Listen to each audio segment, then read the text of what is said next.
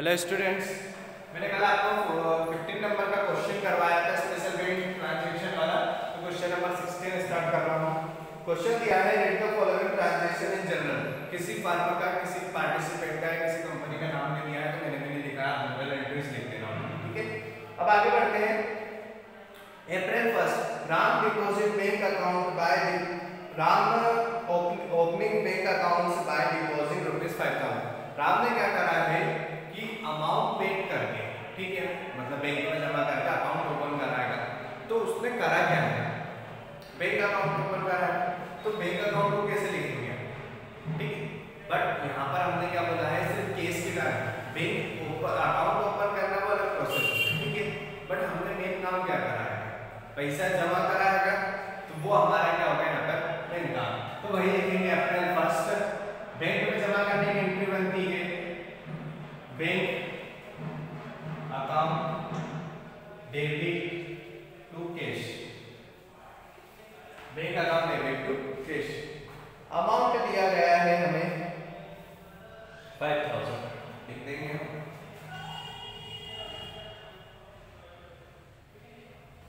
Narration cash deposit, ठीक है ना, ये नरेशन हो गया हमारी कैश डिपॉजिट। अब कैश डिपॉजिट बैंक में होते तो आपको लिखने की जरूरत नहीं, या फिर लिख सकते हो कैश डिपॉजिट इनटू बैंक। ये हमारी फर्स्ट एंट्री कंप्लीट हो गई, ठीक है। अब सेकंड पे आते हैं।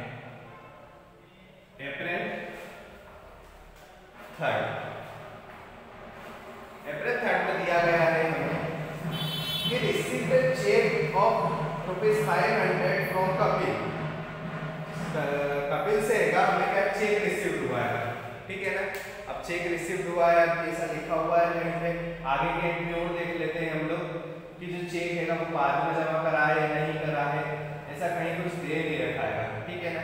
तो कपिल का जो नाम है वो एक ही हुआ, मतलब चेक क्या हुआ, जिस दिन मिला उसी दिन हमने क्या कर दिया, उसको जमा कर दिया, ठीक है ना।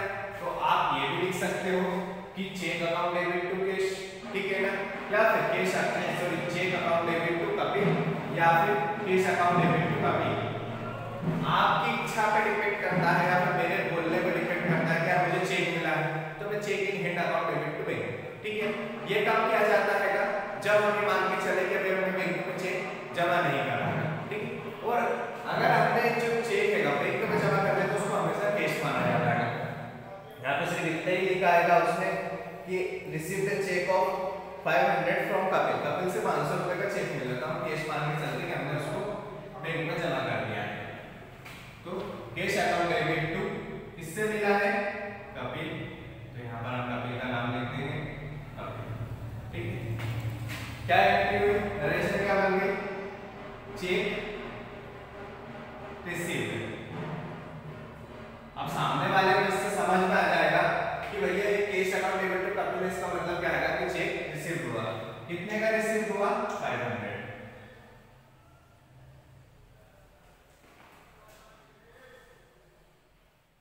हो गई ये कंप्लीट। आगे बढ़ते हैं। अप्रैल 4 अप्रैल की एंट्री दे रखी है, ठीक है। एंट्री में उसने बोला है कि goods bought ₹1500 and paid by cheque. 1500 रुपए का हमने माल खरीदा है और पेमेंट किससे करा है, चेक से करा है। तो क्या खरीदा हमने, माल खरीदने के लिए क्या यूज होता है, परचेस अकाउंट डेबिट टू। अब पेमेंट कैश से दिया नहीं तो कैश नहीं आएगा, उधार आएगा नहीं है, पेमेंट किससे दिया, चेक से, तो गया कहां से, बैंक से, तो गिवर कौन हुआ, बैंक हुआ। तो यहाँ पर नरेशन आ जाएगा। अब अमाउंट देख लेता हूँ मैं, क्या है अमाउंट दिया गया है 1500, ठीक है। अब नरेशन लिख देते हैं, परचेस गुड्स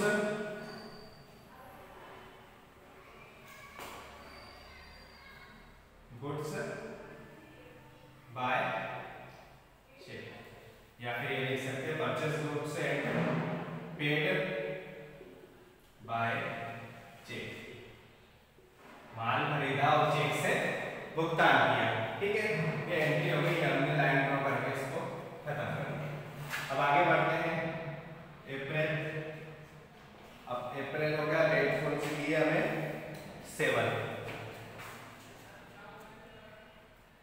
7 अप्रैल की एंट्री पढ़ते हैं, क्या लिखा है, withdraw from bank for personal use. Bank से निकाले हमने किसके लिए, पर्सनल यूज के लिए। कितने निकाले, 200 रुपीज। तो पर्सनल यूज मतलब ड्राइंग, जब भी आप पर्सनल यूज करोगे तो उसे ड्राइंग के नाम से ही लिखोगे। पर्सनल यूज मतलब drawing, drawing account debit to. अब कहां से निकाला आपने, विड्रॉ करेंगे तो बड़ी बात है, बैंक से ही करोगे। ठीक है ना, लिखा भी है इसमें विड्रॉ फ्रॉम बैंक, तो यहां पर क्या आ जाएगा, बैंक। ठीक है, अब नरेशन लिख देंगे, तो विड्रॉ फॉर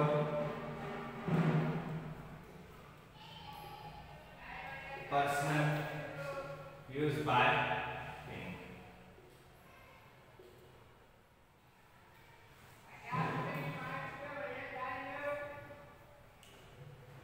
या फिर ये देख सकते हो विड्रॉ फॉर पर्सनल यूज, क्योंकि बैंक हमने लिख दिया है, कोई इशू नहीं है उसका। ठीक है ना, अमाउंट इसका 200 रुपीज देगा। नरेशन इसीलिए लिखी जाती है कि ताकि हमें भी, हम कभी ऐसा रहता है ना, क्या चले हमने डेली के ट्रांजैक्शन करता है, मुझसे कोई पूछ लेगा क्या 1 साल पहले का रिकॉर्ड बताओ, या फिर 2-3 महीने पहले, मैं इतने ट्रांजैक्शन अगर डेली करूंगा, ठीक है, ये तो चलो उसमें फिर भी अलग अलग डेट भी दे रखी है, ठीक है। बट क्या होता है कंपनी में जब आप एंट्रियां करोगे ना, तब आपको डेली की एंट्री करनी पड़ेगी। मतलब ये सारी एंट्री जो डेली के ट्रांजैक्शन होंगे, अब 50% में माल बेच रहे हो, 100 को बेच रहे हो, खरीद रहे हो, बेच रहे हो, आना जाना खर्चा पानी सब लगा होगा, तो सारी एंट्री आपको करनी पड़ेगी, डेली पे बेस पे करनी पड़ेगी। तो अब आपसे दिन भर के आपसे यही पूछ रहे हैं शाम को, क्या ये सुबह वाली एंट्री तुम्हें क्या करेंगे, ध्यान ना रहे मुझे यार मैंने क्या करा था। ठीक है ना, मैंने एंट्री लिख दी bank account debit to cash. ठीक है ना, ये नरेशन हटा देता, bank account debit to cash.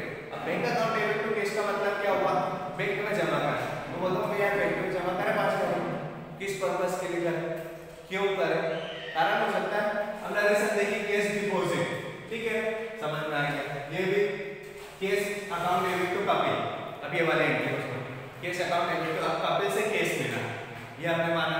ठीक है, अब क्या हो गया, यार कपिल से कैश मिला है, तो हम जब काउंटिंग कर रहे हैं, हमारे जो गले में पैसे आते हैं, हमने जब उसे काउंट करा तो यार पूरा क्यों नहीं हो रहा है, 500 रुपए कम क्यों आ रहे हैं, हमने लिख तो दिया कैश। ठीक है, जब नरेशन पढ़ेगी चेक रिसीप्ट, तब याद आया कि हाँ यार वो चेक रिसीप्ट हुआ था, बैंक में आया था पैसे, तो बैलेंस का चलेगा, बैंक में चलेगा। ठीक है, ये 1 2 3 4 एंट्री आपकी हो चुकी है, इसको क्लोज कर देता हूँ मैं। ठीक है, अब अप्रैल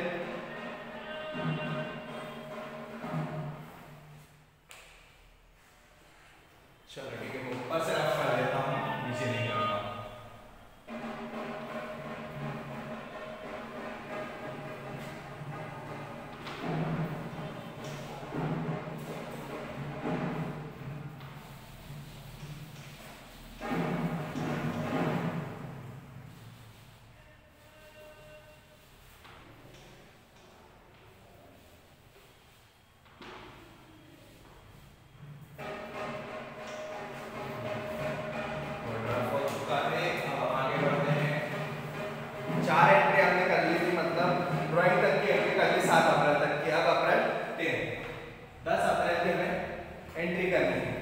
check ₹500 received from Shyam on account. अब जो श्याम हैगा उससे चेक रिसीव हुआ, कहाँ रिसीव हुआ, अकाउंट में हुआ है। तो हम क्या लिखेंगे यहाँ पर, हमें पैसे क्या आया, तो क्या लिख देंगे हम, cash account debit to Shyam, मिला किससे है, श्याम से, तो श्याम का नाम। अब क्या रिसीव हुआ हमें, cheque received into bank. Cheque कहाँ रिसीव हुआ हमें, बैंक में हुआ, मतलब उसके अकाउंट में हुआ डायरेक्ट। ये फर्स्ट वाली मतलब 5th नंबर की एंट्री कंप्लीट हो चुकी है। इसका अमाउंट दिया है 500 रुपीज, 500 रुपीज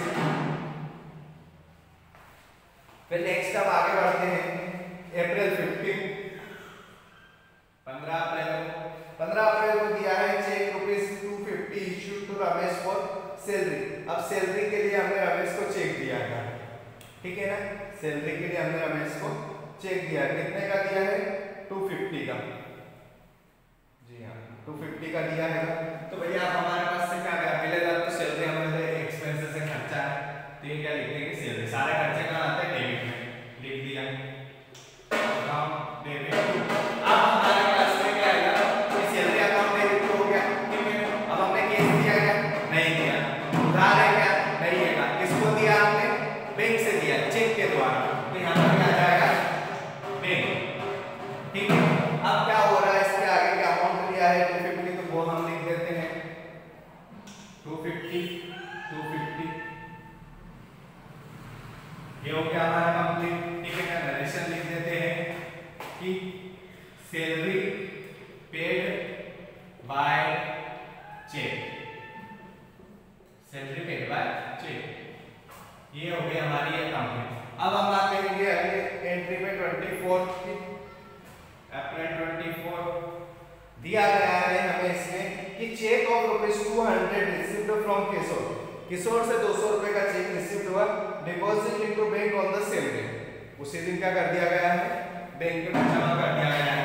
तो हम क्या लिख देंगे, बैंक रिसीवर कौन हुआ, बैंक अकाउंट डेबिट टू, क्या जमा करा हमने, कैश जमा करा, चेक जमा करा, किसके द्वारा दिया गया, किशोर। अब यहाँ किशोर का नाम इसलिए आ रहा है क्योंकि भैया हमने हाथों हाथ बैंक में जमा कर दिया, ठीक है। अगर बैंक में नहीं जमा करते तो क्या लिखते हैं, यहाँ पर हम अगर रख लेते उसको चेक इन हैंड, ठीक है ना, यहाँ पे मिलता है तो cheque in hand account debit किशोर, ये हो जाता। बट अब उसमें चेक का मिला है, मिला हाथों हाथ बैंक में जमा कर देते, बैंक अकाउंट डेबिट किशोर। Narration cheque received, only cheque received लिख दो, कोई इशू नहीं। अब अमाउंट दिया है इसमें 200 रुपीस, 200, ठीक है। अब लास्ट एंट्री बचती है अप्रैल 30 की, अप्रैल 30 को दिया है fire insurance premium paid by cheque, fire insurance premium paid by cheque 150। Fire insurance मतलब क्या आएगा, खर्चा है हमारा, ठीक है, तो उसको किससे करा, चेक से पेड कराएगा, तो खर्चे कहाँ आ गए, डेबिट में, fire insurance account debit to cheque मतलब बैंक, ठीक है। तो यहाँ लिख देंगे narration fire insurance paid by cheque, fire insurance किससे पेड करा हमने, चेक से करा है। ये नरेशन कंप्लीट हो गई, अमाउंट दिया है इसका 150, ये आपकी एंट्री कंप्लीट हो गई। अब लास्ट में आप क्या कर दोगे, यहाँ पर टोटल लगा दोगे दोनों साइड का, ठीक है ना, दोनों साइड का टोटल लगा दोगे, तो टोटल लगाता हूँ तो दोनों साइड में क्या आएगा 8,300, 8,300।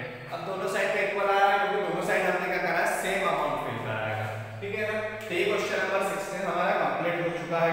अब आप होमवर्क में क्वेश्चन नंबर 17, क्वेश्चन नंबर 18, ठीक है ना, 17, 18 ये आप लोग खुद करोगे, 19, 17, 18, 19 और 20, ठीक है ना। यहाँ तक आप क्वेश्चन कंप्लीट करोगे, उसके बाद अगर आपको कोई डाउट आता है, ठीक है ना, तो आप मुझसे पूछ सकते हो ग्रुप में आकर, आपके सारे डाउट क्लियर करे जाएंगे। लेकिन बेटा एक चीज याद रखना कि जब तक आप पूछोगे नहीं तो आपके डाउट क्लियर नहीं होंगे, ठीक है। तो आपको जो कुछ समझ नहीं आता है आप व्हाट्सएप ग्रुप में आकर मुझसे पूछ सकते हो बेझिझक होकर, मैं सब क्वेश्चन के आंसर दूंगा। ये एंट्री क्वेश्चन करवा दे, मैंने एक्सप्लेन कर दिया, फिर भी अगर आपको समझ में नहीं आता कि सर ये कहाँ से आया और कैसे हुआ है, आप मुझसे आकर पूछ सकते हो, ठीक है। Thank you.